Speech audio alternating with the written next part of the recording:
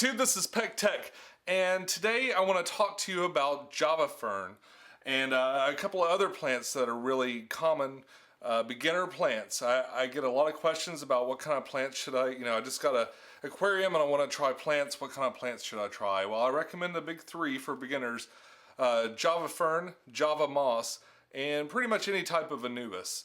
Anubis and Java Fern are very similar in a couple of ways, and I want to show you that today. Before I get too into it, it has been so cold down here. I don't know how it is where you are. Leave a comment down below and tell me how cold it is in your neighborhood, but it was just freezing cold for the past week. It was absolutely terrible.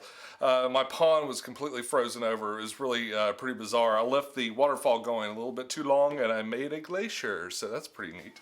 Alright, so I'm here in front of the Spec 5-gallon, and I was doing some trimming the other day. Hey fishy!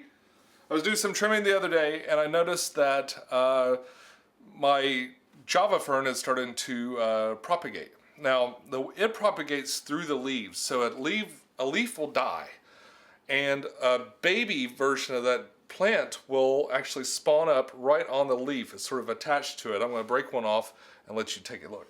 Now, here's a pretty great example for you guys. Here's this leaf. As you can maybe tell by the color, it's kind of on its way out, and attached to it is this little tiny version of the plant. And it just attaches right to the leaf. Now, I'll probably let this one go a little bit longer, let the leaf fully die out, but as you can see, it's well developed in there. And it's just attached right to the leaf. It's the craziest thing. And a good reason not to trim these too meticulously. Let them propagate. I actually had a ton of these, and I'm going to give some to a friend. The thing with Java Fern to remember is they're much like Anubis, and we'll talk about Anubis here a little bit more here in a second. But they're stem plants. They have their, well, not technically, they grow off this stem here called a rhizome. This little brown stuff at the bottom is the root. This typically just kind of flows around the water. You'll see in here it's just kind of, drapes down. It doesn't really go into the ground too much.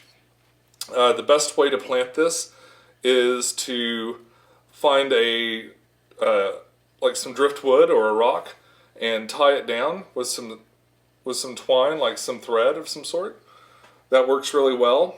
There's about 3 different versions of this.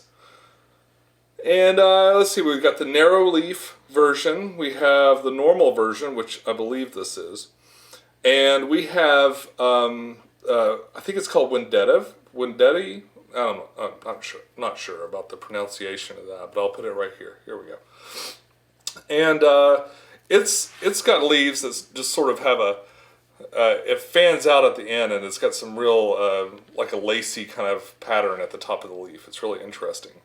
The big thing to know about this is it requires very little light, and actually it does really well without a lot of fertilizer or anything like that.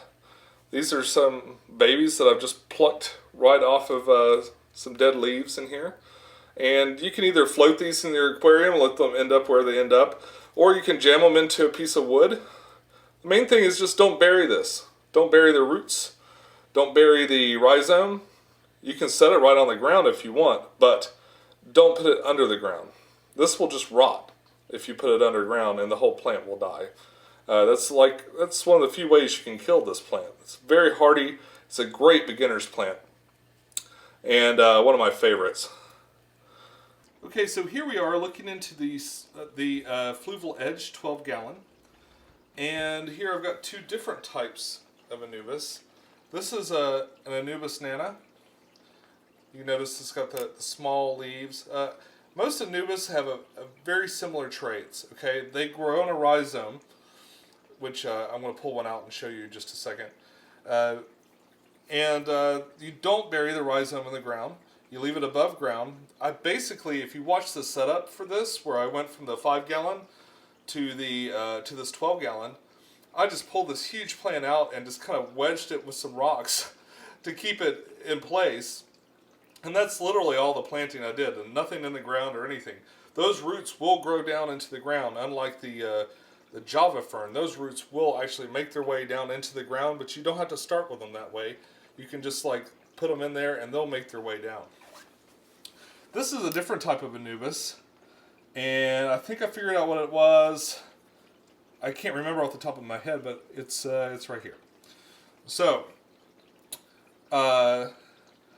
again, this is the same way. I wedged it down at the bottom with some rocks, and I just let it grow. And it's actually started to grow up from the other side now too. This kind of got up to the top. Both of these were teeny tiny plants years ago. I got them, I think, at PetSmart, one of those little baskets, and back when they sold them that way. And yeah, I put them in that 5-gallon. They just grew and grew and grew, and they just continue to grow in here. Now, to trim an Anubis, what you need to do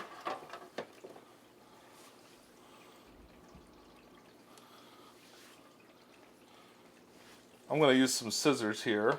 You can pinch this off if you're got sharp fingernails. Alright, you can see how it's got this big rhizome. It's like a big stem. It might be a little hard to see. What you do is you just pick a place along that stem. Try not to cut a leaf if you can help it. And I'm going to have to pull that up. I'm going to just take my scissors and cut. If I can get to it. Here we go.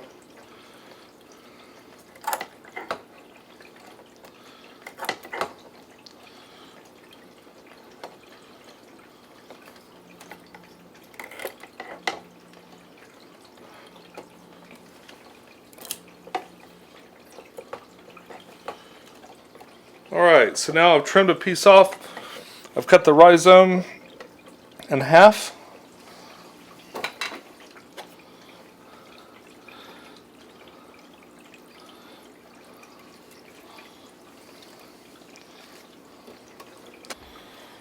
Alright, so what I did was I just took this is the rhizome on an Anubis. I just made it an incision right here between a couple of the stems and cut it off. As you can see, this is what its roots look like. And this is much like the Java fern. You could put a rock there, tie it down onto a rock, or you can tie it to a branch or something like that, or you can simply place it in the aquarium. Sometimes I'll just take the roots, lay them down right on the top of the substrate, and tilt it up, and wedge a river rock between each side of it. And there you go. These are slow growing plants. So if you've got an aquarium with a whole lot of light to it, you can have a lot of algae problems. Some of my other tanks have had quite a bit of problems with algae, especially the blackbeard algae growing around the leaves, because it's such a slow growing plant.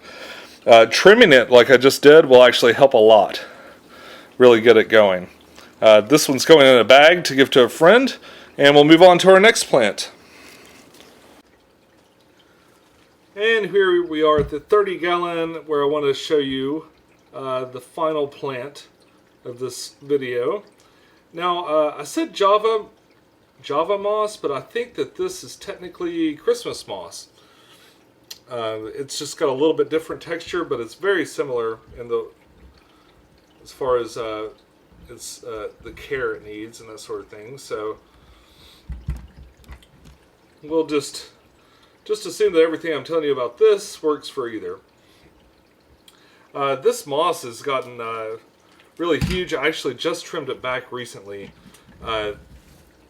In this aquarium, I have tons and tons of cherry red shrimp. They like to hang out all over the top here on this stuff, and they also have a huge colony just within this moss, and it's actually really cool. That's how they stay safe from Mr. Cichlid here. And yeah. And when you trim this plant, you can just kind of pull it up and rip it apart, but I have a lot of shrimp living inside of here, so I'm going to try to just use the scissors to trim off a piece. This can get kind of hairy because this stuff goes everywhere. But you can tie this down to branches. You can, tie it to a rock. You can tie it to a branch. You can just jam it in the corner like I did. When you get enough of it, you can actually carpet a small wall with it. It makes a really interesting background. I've seen a number of hobbyists that have chosen to do that.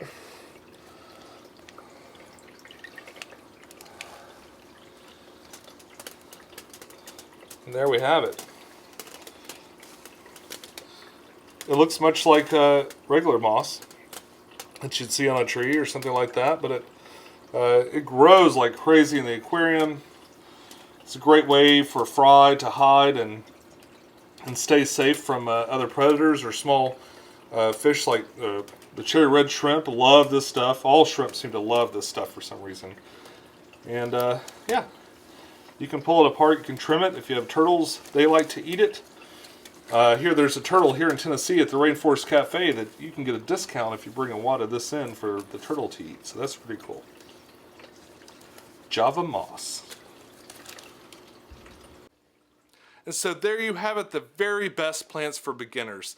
And they are, again, the Java Fern, Java Moss, and Anubis. So please try these. If you've been wondering about whether or not you should put plants in your aquarium, yes, absolutely put plants in your aquarium. They do so much to take care of your fish.